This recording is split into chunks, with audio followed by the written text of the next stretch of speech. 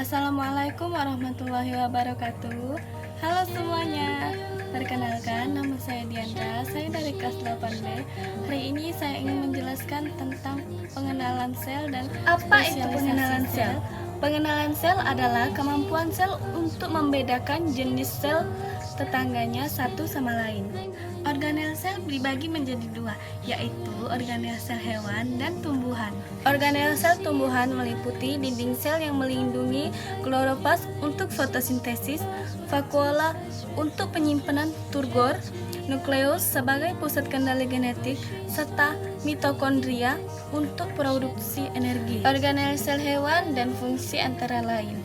Nukleus mengatur aktivitas sel, mitokondria menghasilkan energi, ribosom sintesis protein, retikulum endoplasma sintesis protein dan lipid, badan Golgi memodifikasi, mengemas dan mengangkut protein, lisosom mencerna materi asing, peroksisom mendekokifikasi racun, dan sentriol membantu pembelahan sel. Bagian mikroskop terbagi menjadi bagian optik dan mekanik.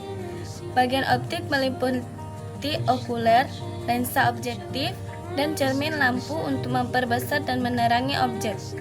Bagian mekanik seperti tabung, revolver, meja objek, diafragma, kondensor, serta pemutar kasar dan halus.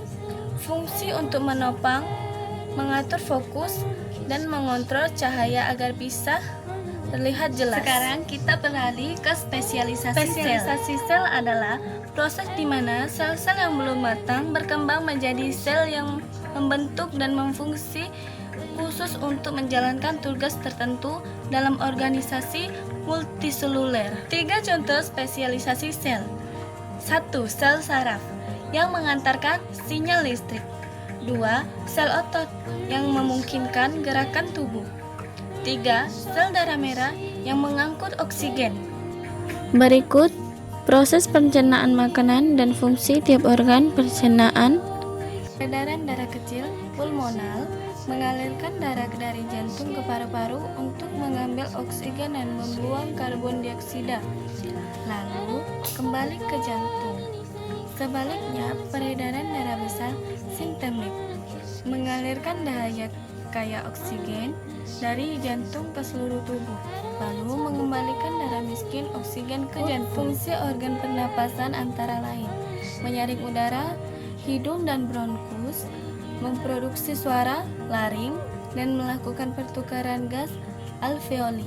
Pernapasan utama adalah pernapasan dada yang mengandalkan otot antar rusuk, dan pernapasan perut yang mengandalkan diafragma. Sistem ekskresi melibatkan 4 organ utama, yaitu ginjal, hati, paru-paru, dan kulit.